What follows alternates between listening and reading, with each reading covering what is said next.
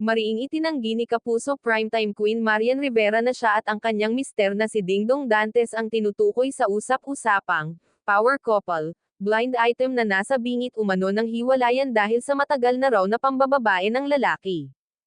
Kamakailan lang, mainit ang diskusyon online tungkol sa isang sikat na mag-asawa na umano'y may problema sa relasyon dahil sa infidelity umano ng mister, pero tinatago ito sa publiko. Dahil sa paglalarawan, maraming netizens ang agad na nanghula at ang tinukoy nila ay baka si Marian at ang kanyang asawa na si Dingdong Dantes ang power couple sa blind item.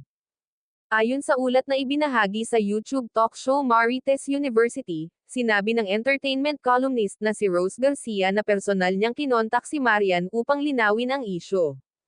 Hindi lamang umano nag-reply ang aktres sa mensahe, si Marian pa raw mismo ang tumawag upang linawin ang lahat.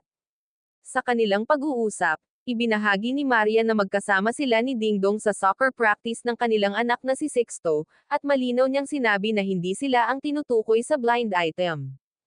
Ayon pa sa aktres, sanay na siya sa ganitong uri ng tsismis.